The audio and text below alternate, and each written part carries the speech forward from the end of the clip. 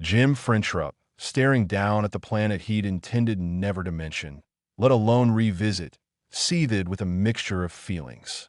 There was dread, crawling icily up his spine. There was the futile rage at this ship's hardied crew and their master, Truxmadden. There was self-loathing for having piloted them here, even at gunpoint. There was the older shame he'd buried inside himself for 8 years, since he'd lost an exploration crew on this planet, smuggled out the beautiful and strange little figurines he couldn't resist, falsified the ship's logs, lied through the hearings, and been permitted to resign his commission without official disgrace. He no longer owned the figurines and had never shared in the fantastic wealth they now represented. It must have cost horrifically, even by Madden standards, to trace them back to Jim, piercing the careful series of aliases. He glanced over at the man. Madden's square face showed none of the excitement he must feel. Madden's hands, brutal despite manicuring, were steady. He met Jim's eyes and said softly, "What are you waiting for?" Jim tried to hold his own hand steady as he reached for the controls. As the ship dropped, he realized with surprise that among his other feelings was a hint of relief. Maybe now some of the gaps in his memory would be filled in. He landed where he had before, beside a fallen obelisk on the wide, rock-and-filled dam at a constriction of the valley. They made him sit where he was for half an hour. Then Madden came to him and said, "I want you to go outside and walk around for a while. Don't get more than 100 yards from a ship." Jim got up woodenly and went. They'd burned clear the scattered trees and brush from the middle part of the dam. He picked a way through smoking ashes to the downward side and looked out over the old ruins. A few rabbity things moved among them furtively, and there were silent gray birds, but he saw nothing bigger. Whoever the people had been, there wasn't even a skeleton, but stone statues showed them to have looked like long-tailed sheep standing erect. They'd built for more permanency than they'd stayed to enjoy. Thick rock walls still stood, though adobe and timbers remained only as traces. The city had stretched the length of the dam. Just below it, protected by levees from the 2 rivers that spilled around each end of the dam to curve down the sides of the widening valley. That had been choice bottomland, and from aloft, traces of the irrigation system could still be seen. There had been terraces along both valley slopes, too, for miles above and below the dam. Whatever crops had grown on terraces and bottomland were long swallowed up by the natural flora, which ran heavily to squat trees with coarse cinnamon-colored bark and twisting horizontal limbs that supported lace-like sprays of blue-green foliage. So far, he hadn't seen anything he didn't remember. He turned and walked to the lakeside of the dam. The water was clear and placid. Some flattish things drifted slowly above the water. A pair moved toward him, and he hoped he remembered rightly that they were harmless and almost mindless. They were like transparent pancakes, thin but 3 feet across, with thickened centers where the vitals were and from which radiated cartilaginous ribs. They flew by scooping air and forcing it downward and rearward. They circled him leisurely, then came close and nudged at his head as gently as butterflies. Finally, having tasted or smelled, they drifted out over the lake again. He glanced up. The 2 dots in the sky, barely visible, would be a pair of ships maintaining a telescope watch of the ground. The other 3 would be farther out, on guard, though the chances of anyone else being in this sector of space were vanishingly small. Madden didn't take even small chances unless he had to. A voice blared from the ship, "Frintrup, come back in now." He turned and walked slowly toward the ladder, his anger stirring anew at the peremptory order. He hesitated before climbing up with a strange reluctance. Partly, it might be that he didn't look forward to being caged again, nor to the ship's scrubbed atmosphere with its faint smell of isopropanol and formaldehyde after the planet's spicy air. Mostly, though, he realized it had something to do with the formless dread. Somehow, the ship didn't seem much protection. He wanted to be outside where he could see what was coming. Madden took him into the ship's salon, which was luxurious, not surprisingly, since this was a pirated and refitted luxury yacht. The outlaw sat relaxed, a Beamer pistol stuffed casually in a pocket. He said, "Mix yourself a drink if you like." Jim ignored the invitation. The original offer still stands, said Madden. Work with me, and you can have your pick of any ship I've got, and a bank account you can live on comfortably for the rest of your life. You ought to realize by now you've got nothing to gain by holding out. Jim said wearily, I've told you 100 times I'm not holding out. I just don't remember. Madden eyed him for a minute, without expression. The things are solid diamond, not cast nor ground. That means some kind of fast crystallization, which implies a technology beyond ours. I can see, as you told me, that there was only an agricultural civilization here. So, either you didn't get the things here, or you got them here from other visitors. If you're protecting some alien race, you're wasting your stubbornness. I'm not going to repeat anything I hear from you. Self-interest will keep me quiet, and I only want a few of the things. Too many would break the price. Jim scowled at him. Don't you think I've figured out those angles? What sense would it make for me to hold out now? I'm in your hands. If I knew anything more, I'd be eager to tell it, and make myself as useful as possible. That would be my only chance to survive. All I know is I think I got them here. It's a pity you didn't keep your ship's true records. I can quote them to you if you insist, Jim told him, word for word and figure for figure. They won't mean any more to you than they do to me. Madden shifted to a more comfortable position. It's hard for me to believe you sent your whole crew out in a bunch while you stayed alone in the ship. The X-Court doesn't operate that way. Nobody does. It's no easier for me to believe. I told you I had some kind of fever. Well, we've checked the air and the ground, and there are no germs around here that could infect a man. Obviously, it wasn't any plague that wiped out the natives, or there'd be skeletons at least. What's your theory about that? Jim shrugged. Your theory of advanced aliens is as good as any. For all I know, they may come back in 5 minutes and take us too. He enjoyed Madden's scowl. Madden reached for a small communicator and said into it, Bring in the movies. To Jim, he said, I'm going to assume for the moment that you're telling the truth. I want to show you something. 2 men came in and set up a translucent screen and a small projector. One touched a stud and a colored movie appeared on the screen. It was a shot of Jim coming back to the ship less than half an hour ago, evidently taken by some hidden camera outside. It ran through once at normal speed, then started over in slow motion and kept repeating. Notice anything? Madden asked softly. Jim frowned. Well, I remember hesitating before I stepped onto the ladder. Do you remember, Madden asked, why you turned and looked up the lake? You weren't looking at anything nearby. Jim clamped his mouth on a retort and watched the screen once more. Now that he noticed it, there was an instant when he turned his head and stared. The nameless dread rose in him again. He fought to control his face and said, No, I'll have to think about it. Madden said, Well, you'll have a few minutes, then we're going up lake to see if that jogs your memory. If only the dream memoirs would stop billowing around in his skull and let him concentrate on what was real. He remembered bending to pick up small objects somewhere beside this lake. Had those been the figurines? All he could say for sure was that when he'd come out of the delirium, the 7 figurines had been in the ship, each representing, with an exquisite and inexplicable art, one of the dead crewmen. He hadn't been able to resist them then. Would he have, if he'd known that men would be murdered for them, fortunes squandered on mere rumors of them? He doubted it. There was more to them than mere monetary value. His thoughts were wrenched back to the present as a gunman banged on his compartment door. Madden wants you outside.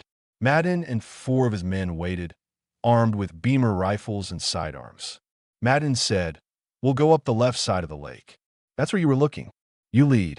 Jim, unwilling to show his fear, turned and went along the dam. He noted that one of the ships overhead had come lower and now drifted slowly with them. To get to the side of the valley, they had to cross the river at the end of the dam. He went down into the ruins and shoved through brush to where the stream spread out and was shallow. Madden and 3 of the men followed him closely, while one stayed a little behind. Jim found a way across from boulder to boulder, which he seemed half to remember, then turned upstream, trying to fight off the dread that threatened to paralyze his mind. This was late summer, and a sandy strip lay exposed between the water and the crumbling wall of the lowest terrace. Now and then they had to push through reeds. The urgency of his situation was pressing in upon Jim now. He had little hope that Madden would let him live, however cooperative he was. It would be so much more logical to shut him up permanently. Now and then he glanced back. After half an hour's walk, Madden was showing impatience. Then, a few minutes later, they rounded a bend and he saw a wooded promontory ahead.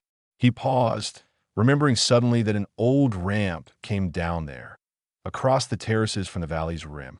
He found that he remembered the ramp in detail. Once, it had been made firm with heavy blocks of stone and probably paved over.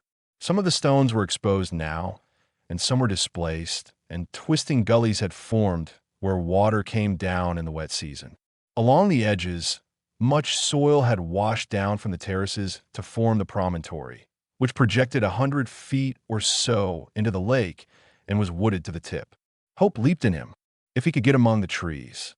But as they neared, Madden said, "Hold on a second." He was holding a communicator to his ear, listening to something from the ship overhead.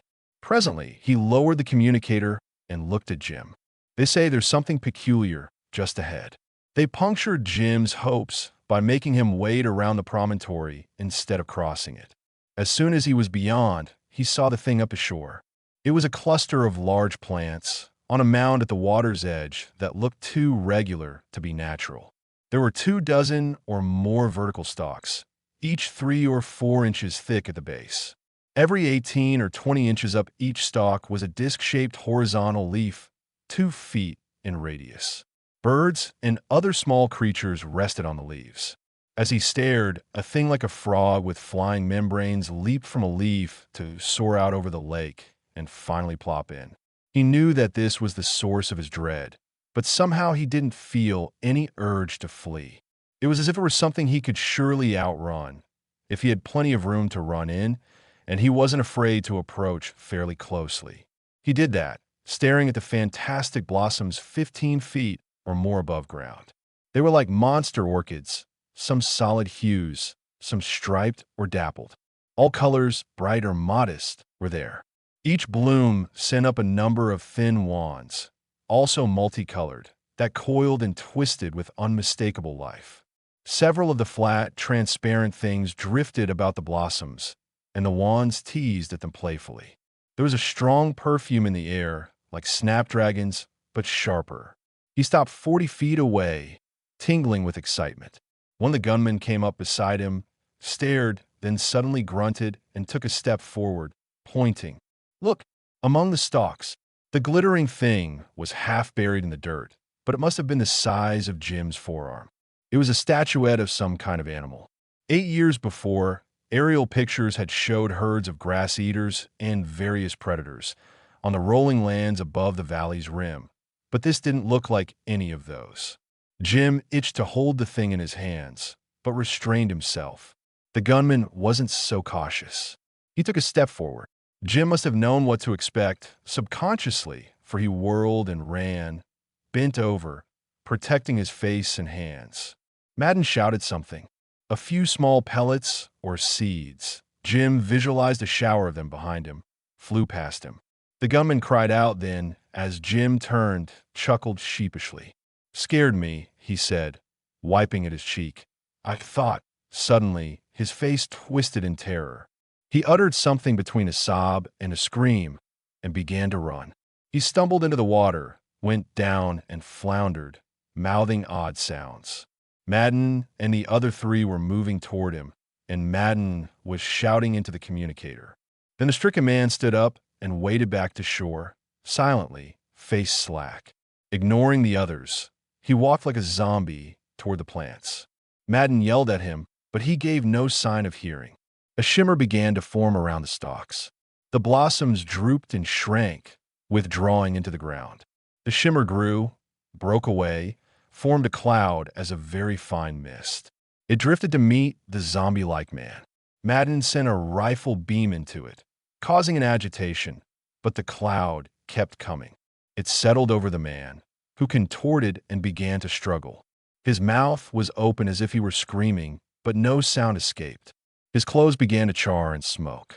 His skin turned red, then black, puffed and blistered, showed pink cooked flesh where it split. He was dead now, hanging suspended in the cloud and turning slowly as if weightless. The cloud moved back and hovered over the mound. More rifle beams hit it, but didn't seem to hurt it much. A heavy ship's beam came down, nicked it, and did seem to hurt. Madden shouted into the communicator, "Don't shoot," evidently concerned for the statuettes. There was only a charred skeleton left in the cloud, with a few metal objects that glowed red. Then the bones were gone, and the metal vanished, and there was only one small point of incandescence. The cloud let that fall to the dirt, then began to split up and seep into the ground. Soon it was gone. The incandescent thing, about the size of a man's little finger, was cooling. Jim knew it would be a figurine with all the vanished features perfectly etched on its face. Madden, eyes deadly, held his rifle steady on Jim as they backed down the shore. "So you suckered us after all," he said softly. "This is far enough. Talk." Jim realized that now his only chance was to pretend knowing more than he did. Otherwise, he'd be no more use to Madden. "It happened so fast," he said. "I didn't expect him to go closer." You can outrun the things. I was going to tell you that." Madden grinned scornfully. "It won't wash. I'm not going to be so gentle with you from now on. Are there more of them?" Jim nodded. "We'd better not stay here." Madden glanced around, then up at the ship which was settling toward them. Where would they be? Among the trees? Jim thought fast. Instead of answering, he let his eyes flick nervously toward the lake. If Madden had the ship pick them up here, Jim was finished. If he could get Madden to move back to the promontory. Madden looked back at the mound, where the statuettes lay unmoved. "Go get them," he said. Plain death from a rifle beam, for instance, Jim could face without panic, but it took all his willpower to get his legs moving back toward the mound. Would the thing come out again, or was it sated for the time being? Had one of these plants consumed all 7 of his men? He stepped gingerly onto the mound, which looked freshly plowed now. He picked up the big statuette first, then hurried to get the 5 others of smaller animals and the figurine of the man, which was barely warm now. He retreated, stuffing into pockets all but the biggest one, which he carried. When he was a safe distance away, he raised the thing to his ear, ignoring Madden, and thumped it with a finger. It rang like the finest crystal glassware, throbbingly, persistently. The sound permeated his mind, and it was as if he dreamed. Summer, and sun warm on my fur, and good green leaves to eat. The young of the grass eaters frisk about and make bleating sounds, for they too feel the goodness of being alive. They'd better beware of that predator that crouches at the edge of the trees, waiting for them to blunder near. He glances warily at me, for he knows the might of my big talon paws and the crushing weight of my body and the grinding strength of my big teeth. But what is that drifting across the grass? One of the things. I must run. But oh, I am a slow creature, and my limbs are weak with fright. And now it is upon me. Oh, wait. Jim thrust the thing away from him and stood trembling and sweating. The agony and terror were so vivid. He looked up and found Madden watching him intently. Jim's mind went into high gear. He pretended nervousness, glancing behind him and up the lake. When he reached Madden, he stopped, but acted reluctant. Madden looked around. To pick them up here, the ship would have to land in the water. Madden nodded to him to start back toward the promontory. Jim moved, pulse thumping. Now, if they only didn't insist on his wading around it again. He hadn't acted afraid of the water the first time. Would Madden see through his act now? There was one difference. He carried the statuettes now. He turned, made a vague gesture of offering them to Madden, trying to look frightened and dazed. Madden grinned. "You carry them, in case the owner comes after them." At the promontory, he started out along it slowly, eyes on the water. He glanced at Madden and stopped. Madden said, "Go on across," and moved up with the 3 men until the rifles were nearly touching Jim. Jim was sick with hopelessness. How could he hope for anything?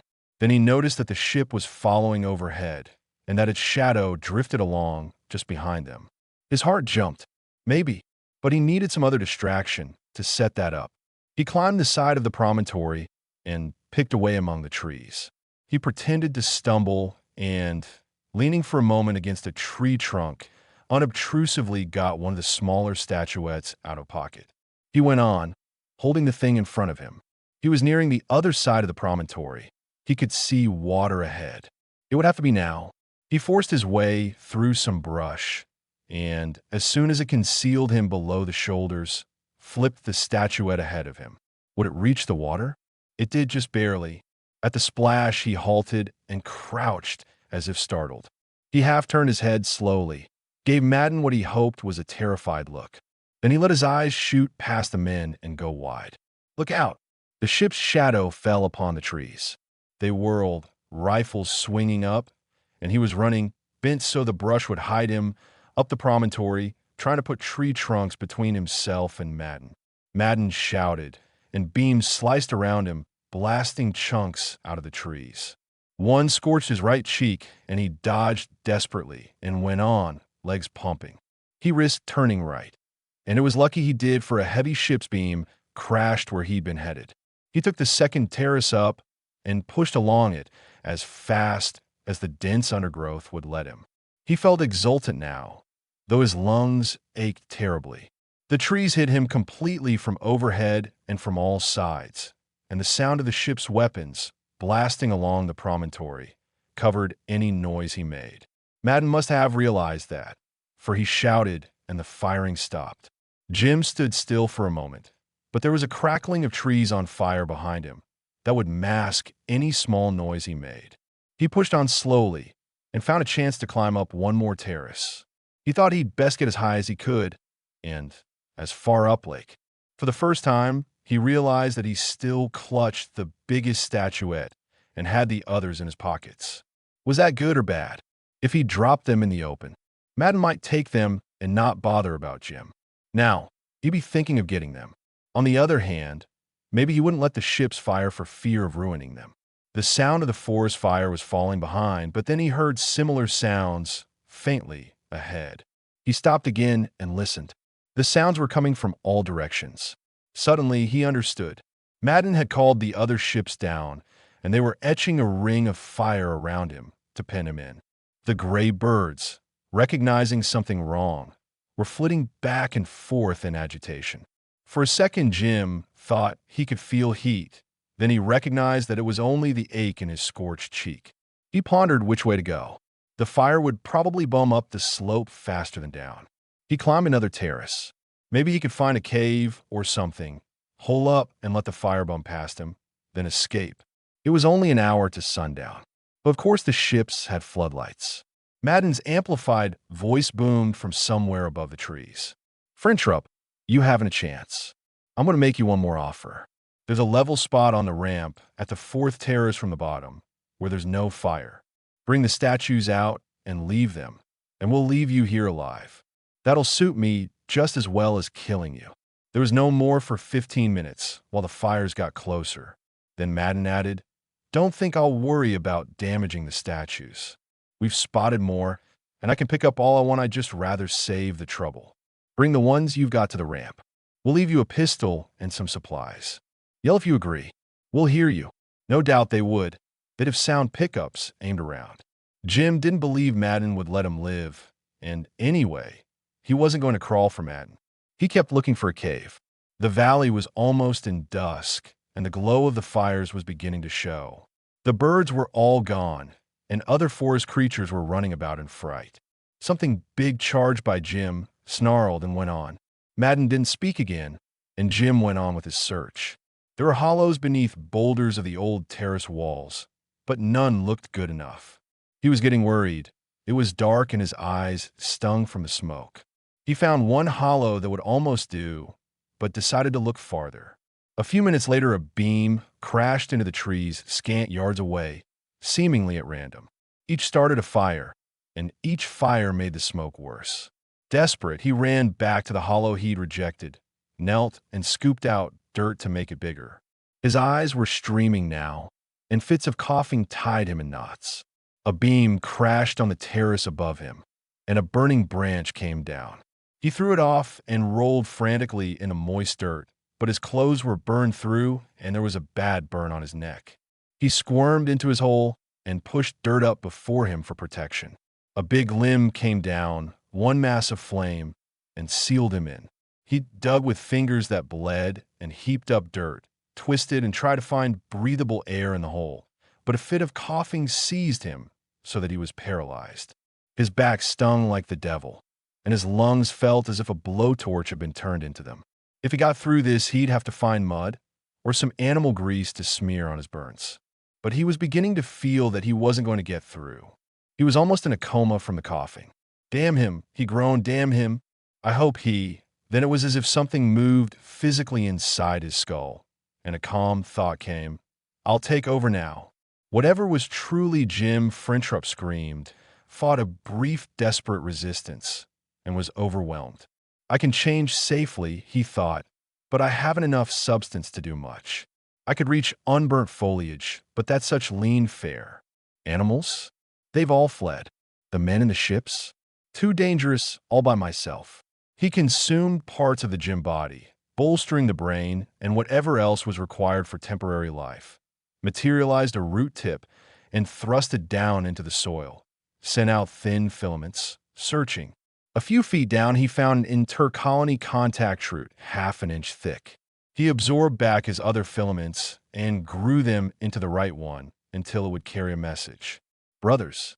"Attends. Who are you?" Came a drowsy reply. "You feel odd." "It is I, who entered the intelligent animal and went into the sky. Henceforth, I wish to be called Jiminity. There is danger. There are more of the animals. They're called men, and they hove weapons that can hurt." Another awareness joined in, half awake. "We are aware of them. I dined upon one. They will go away soon, in their hollow metal things that fly." "Attends," Jiminity demanded, insistently. "There are 1,000 worlds full of them, and they have weapons that can blast us to atoms. We must seize them before they go." They were coming full awake now, more of them joining in. Some of them, feeling his weakness, sent power flowing along the root, and he drank it in thirstily. Then Old One came awake. He who ate little, slept much, and who, it was whispered in awe, had come long ago from the sky. His feel was amused. "So, the young traveler has returned. What did you learn beyond the sky?" "I learned much. Marvels, which there is no time to describe, and feelings, which are strange things but which I would not give up now. I have learned to love and to hate." Power was throbbing along the root now. He said, "I will send a few small clouds first to enter the ships unseen for insurance. Then we will form more clouds to carry the seeds and try to capture all the men. We can decide later which ones to consume and which to hide in, so they will take us to others of their kind." "Good," approved the Old One, more vigorously than anyone had ever heard him speak. "It is time we moved again. We have fallowed here long enough." Someone else said, "There will be many fine statues.